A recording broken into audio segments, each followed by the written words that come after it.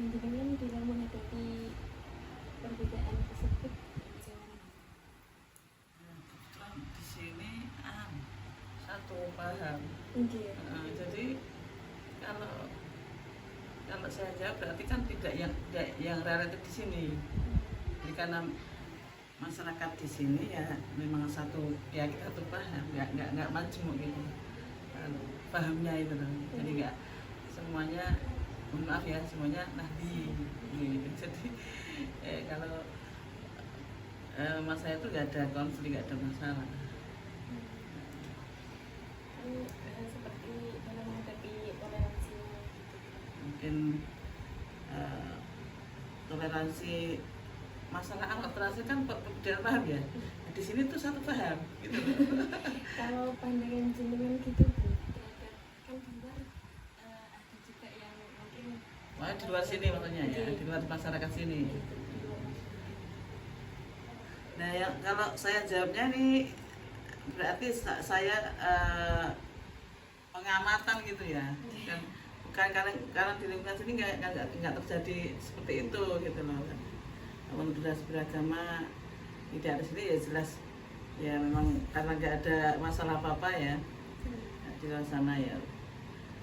Jadi itu harapan saya berarti ya, harapan saya bisa saling memahami. Tapi biasanya kalau masyarakat mohon maaf yang peradabannya masih rendah ya itu memang fanatik gitu loh. Jadi kalau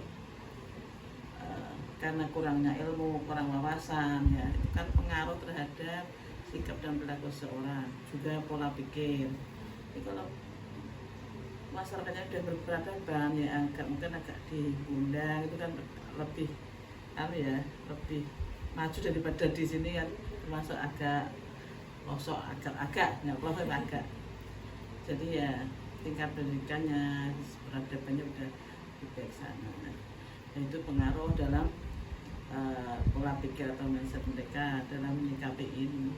Saya kira ya itu Mbak, intinya kalau tanya-tanya dengan itu yo terkait dengan kondisi masyarakat setempat gitu. Kalau masyarakatnya kayak masyarakat perdesaan kayak gini ya terus udah nggak ada masyarakat, nggak ada perbedaan gitu, ada perbedaan. Karena kan satu lingkup juga, itu kan saling memahami. Jadi ya benar-benar nggak ada masalah. Beda kalau di lingkungan kan ada juga yang mungkin lain. Ya mungkin agak kesana-sana sedikit gitu ya. Itu sudah banyak Bu. Nantinya misalnya, ya kan. Gitu. Kalau khusus desa ini ya itu memang satu paham. Sebenarnya kan di masyarakat sini juga satu lingkup, satu lawan jadi nggak ada. Alhamdulillah masyarakatnya yuk rukun dan religius. Nah, karena memang banyak sekali keagamaan di sini, kompak dan juga termasuk keagamannya aktif. di sini aktif sekali ya Bu. Aktif sekali. Karena ada rutinan gitu tau, banyak rutinan. Itu ada latihan gitu ya Bu. Pemesanan alat itu juga punya grup gitu. Grupnya kan termasuk grupnya udah berkelas gitu. Kalau pandangan Ibu dalam melihat yang di luar sana itu gimana Bu? Maksudnya kayak Masalah yang ini kurang memahami satu sama lain gitu loh Bu. Kalau pandangan jenengan perbedaan paham itu. yang di luar sana Ini tentang perbedaan paham keyakinan atau apa? dalam berkomunikasi itu.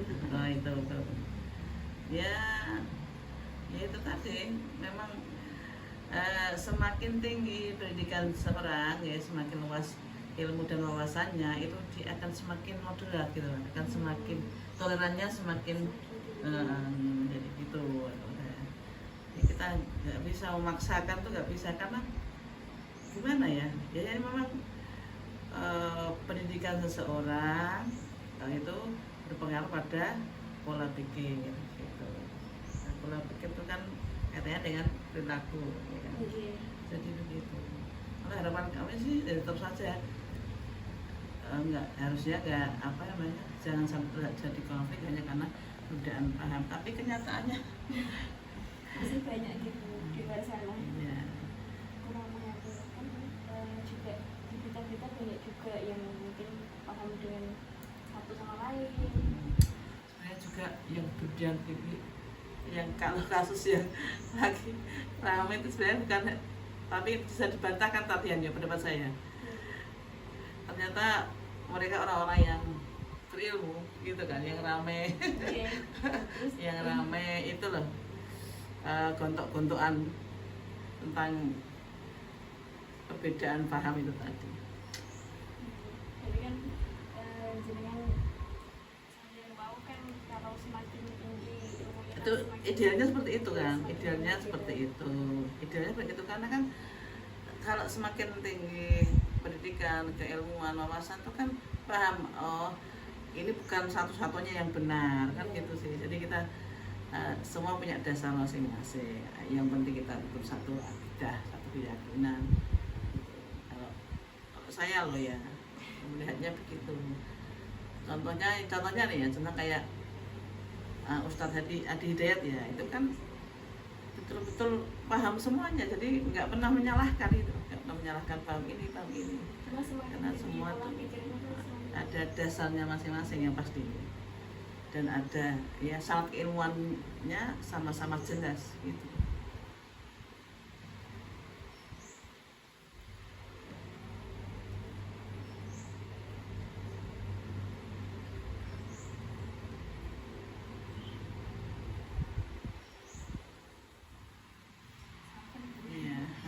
tadi kaum mungkin zaman sekarang kan kurang gitu kayak ekonomi perbedaan agamanya seperti apa, kan makin jauh gitu. Pemahaman keagamaan kan ya, dan juga pengamalan maksudnya. Ya, kalau itu kan sebenarnya peran orang tua itu nomor satu ya. Peran orang tua nomor satu, gimana mengarahkan pendidikan anak. Karena kan kalau setiap orang tua itu bisa menyadari bahwa anak itu amanah dan besok akan ada pertanggungjawaban, mesti kan akan mengarahkan anaknya. Misalnya ya, kalau enggak mau mungkin di pondok kan di ngajik gitu lah, ngaji diberikan dipasrahkan untuk ngaji di sini di mana misalnya, kan bisa begitu. Cuman terkadang yang pasti itu ya, yang pasti nomor satu itu peran orang tua ya kan, peran orang tua ini juga lingkungan, di samping itu juga lingkungan. Dan perkembangan zaman sekarang ya, itu kan memang pengaruh gadget gitu ya. Kalau teknologi itu memang amat sangat besar dampaknya. Jadi hari-hari mereka itu kan itu terus yang dipegang itu ya. Misalnya HP itu sehari semalam kan hampir kayak nggak pernah lepas gitu. Jadi apakah mereka gelisah itu ya kalau jauh dari HP? Ketika dia membaca Al-Quran, dia biasa kan. Nah itu harus dari keluarga yang harusnya bisa membentuk lingkungan yang begitu, maksudnya mentradisikan untuk dekat dengan Al-Quran tuh. Itu kan jadi ya nggak menafikan bahwa tidak tidak sok terus nggak boleh HP ya, nggak gitu ya, tapi wajar sewajarnya gitu. Tapi jangan terus melupakan sampai kali ngaji, kali sholat. Jadi remaja sekarang itu sekali lagi memang ya nomor satu peran orang tua. Nah, saya lihat itu karena rata-rata saya lihat kalau orang tuanya yang betul-betul mengarahkan dengan baik, ya, pondasinya sudah di dari awal sudah pondasi pendidikannya terus sudah ditanamkan dengan baik, kemudian selanjutnya tinggal mengarahkan kemana gitu kan, yang kaitannya tujuannya untuk membentuk dia atau mencetak dia anaknya itu maksudnya menjadi generasi yang robbani lah istilahnya. Itu ya memang keluarga rata-rata. Kalau ini pengamatan secara nyata di sini ya, itu orang tua yang betul-betul perhatian pada pendidikan anak, khususnya pendidikan agama, itu rata-rata anaknya baik-baik gitu. Ini nyata, ini kita betul-betul cerita nyata gitu loh, pengalaman nyata di daerah sini. Ya, anak yang lepas dari perhatian orang tua, apalagi masalah pendidikan agama ya, mesti ya lost control. Kalau ini pengaruh teman juga. Ibu sendiri kita agama gitu. Perbedaan paham itu ya, perbedaan paham. Nah itu sebenarnya kalau saya lihat ada apa ya?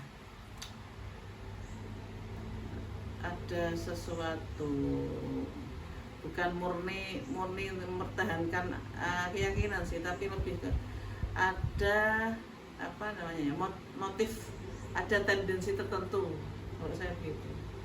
Misalnya kekecewaan atau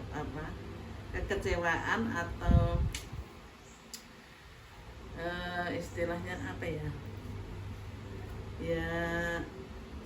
ambisi terhadap sesuatu yang membuat dia terkadang tuh bukan murni karena ingin membela kebenaran, kalau saya karena terlalu banyak ambisinya iya, tiga ambisi untuk meraih sesuatu yang sifatnya duniawi, sama karena merasa kecewa sehingga ada yang mengecewakan itu kan, kadang muncul pemahaman yang pengen berlawanan gitu dari orang yang mengecewakan atau dari kelompok yang mengecewakan, kadang begitu ya. Kalau kan sekalian tanya pendapat saya ya, jadi kalau saya merasa begitu, kalau saya begitu. Maaf nanti saya izin upload di YouTube.